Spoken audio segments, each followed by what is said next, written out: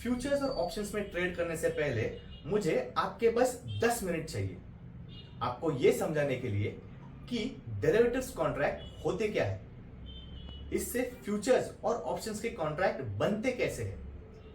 Future और options में trade करने से पहले यह सब जानना क्यों जरूरी है, यह हम आज के इस वीडियो में आपको समझाएंगे। तो यह वीडियो ध्यान से एंड तक देखिए, यह आपको बेनिफिट करेगा, आई एम श्योर।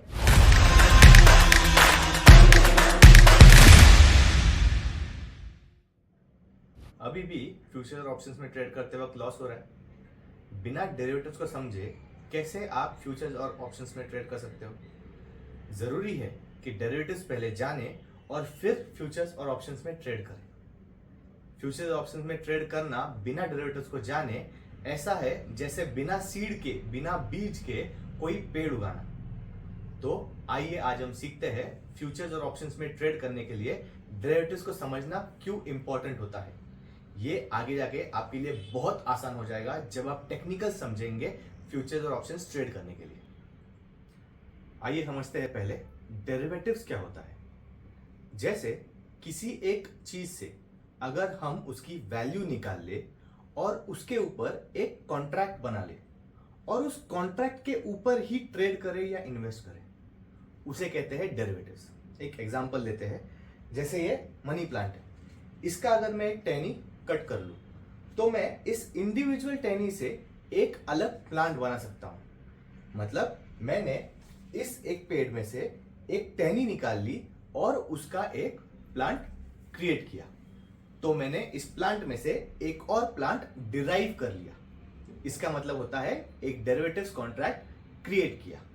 वैसे ही जब कोई स्टॉक, कमोडिटी या करेंसी के ऊपर कोई एक कॉन्ट्रैक्ट बनाता है, उसकी वैल्यू को लेकर, उसकी अंडरलाइनिंग वैल्यू को लेकर हम कोई कॉन्ट्रैक्ट बनाते हैं, उसे ही डेरिवेटिव्स कॉन्ट्रैक्ट कहते हैं। समझ में आया डेरिवेटिव्स होता क्या है, बनता कैसे है। मेरे मानिए सच में आपको यह बहुत इंपॉर्टेंट लगेगा जब आप इसके टेक्निकल समझोगे। अब समझते हैं कि डेरिवेटिव्स के टाइप्स क्या होते हैं। डेरिवेटिव्स बेसिकली 4 टाइप के होते हैं: फॉरवर्ड, स्वैप, फ्यूचर्स और ऑप्शंस। फॉरवर्ड और स्वैप कॉन्ट्रैक्ट जो है ये एक्सचेंज के बाहर ट्रेड होते हैं, इनका स्टॉक मार्केट में कोई भी इस्तेमाल नहीं है। लेकिन फ्यूचर्स और ऑप्शंस जो है ये एक बैकबोन की तरह काम करता है स्टॉक मार्केट में।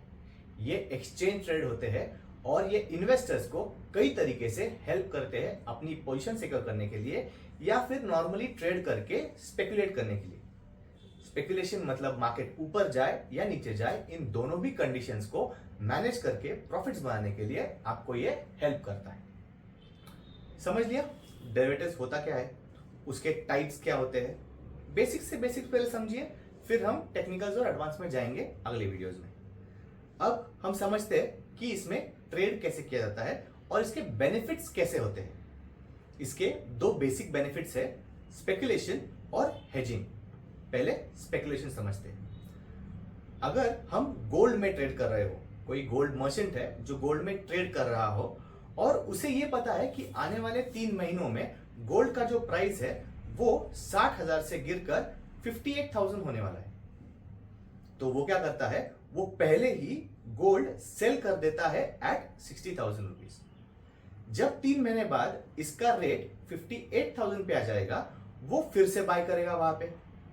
तो इसने जो ये ट्रेड किया, selling at a higher price and buying at a lower price, ये हुआ एक शॉर्ट सेलिंग या हुआ एक शॉर्ट ट्रेड, जो इस गोल्ड मर्चेंट ने हायर प्राइस पे सेल करके लोअर प्राइस पे बाय कर लिया। ये हुआ एक स्पेकुलेशन ट्रेड। इसी की जगह पे अगर यही गोल्ड मर्चेंट को लगता है कि आने वाले टाइम में, आने वाले 2 या 3 महीनों में गोल्ड का जो प्राइस है वो 60,000 से बढ़ के 63,000 जाने वाला है, तो वो क्या करता है, वो आज ही गोल्ड के कॉन्ट्रैक्ट्स बाय करता है एट अ लोअर रेट। 60,000 के ऊपर बाय कर लिया और जब 3 महीने बाद ये कॉन्ट्रैक्ट 63,000 का जाएगा तो वो हायर प्राइस के ऊपर सेल कर देगा।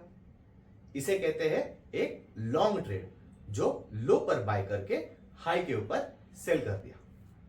स्पेकुलेशन समझ गए। अब समझते हैं हेजिंग क्या होता है। एक एग्जांपल लेते हैं।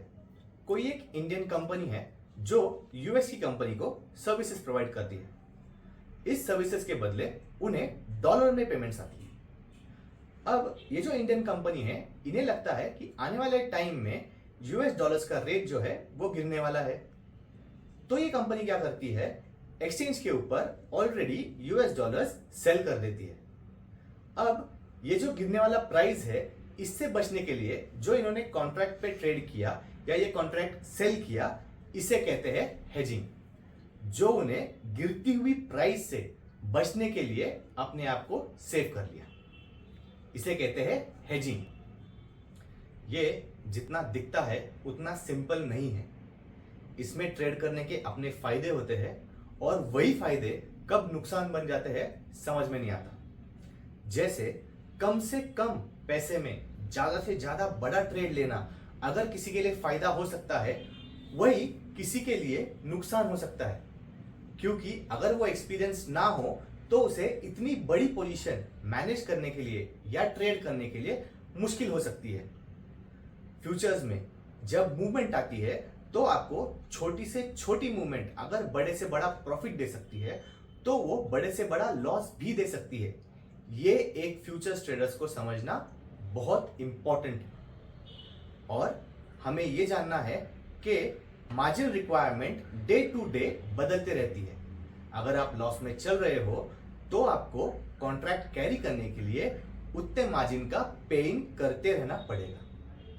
तो ये समझ के चलिए कि फ्यूचर्स कॉन्ट्रैक्ट में एंटर करने से पहले आपको बहुत सारी चीजें अपने ब्रोकर से या अपने ट्रेडर दोस्त से या अपने यूट्यूब से कहीं से भी ये सब जानना बहुत ज्यादा जरूरी है। तो फ्यूचर्स में ट्रेड ना करें, ज्यादा से ज्यादा जो फ्रेशर्स है वो इक्विटी मार्केट से स्टार्ट करें और धीरे धीरे अपना रास्ता फ्यूचर्स ट्रेडिंग में लाएं। आज की इस वीडियो से आपको क्या समझना जरूरी है? सबसे पहले डेरिवेटिव्स क्या होता है, एक अंडरलाइनिंग एसेट क्या होता है, उस अंडरलाइनिंग एसेट से वैल्यू डिराइव करके कैसे एक डेरिवेटिव्स कॉन्ट्रैक्ट, एक फ्यूचर्स कॉन्ट्रैक्ट कैसे क्रिएट किया जा सकता है, उसके स्पेकुलेशंस क्या होते हैं, एक फ्यूचर कॉन्ट्रैक्ट के स्पेकुलेशंस क्या होते हैं, हेजिंग क्या होते हैं, ये सब स्ट्रैटेजीज कैसे क्रिएट की जा सकती है, कैसे अपने आप को मार्केट चढ़ते हुए या गिरते हुए आप प्रॉफिट कमा सकते हो, ये सब इस वीडियो से आप कंक्लूड कीजिए और फ्यूचर्स ट्रेडिंग में आगे बढ़िए। आपको हमारा अगर कंटेंट अच्छा लग रहा हो तो प्लीज लाइक, शेयर और सब्सक्राइब कीजिए और हमें ज्यादा से ज्यादा मोटिवेट कीजिए। हम आपके लिए ऐसे ही और अच्छे अच्छे कंटेंट बनाते जाएंगे, डीप से डीप नॉलेज स्टॉक मार्केट की देते जाएंगे। बस आप हमें सपोर्ट करते रहिए। Thank you.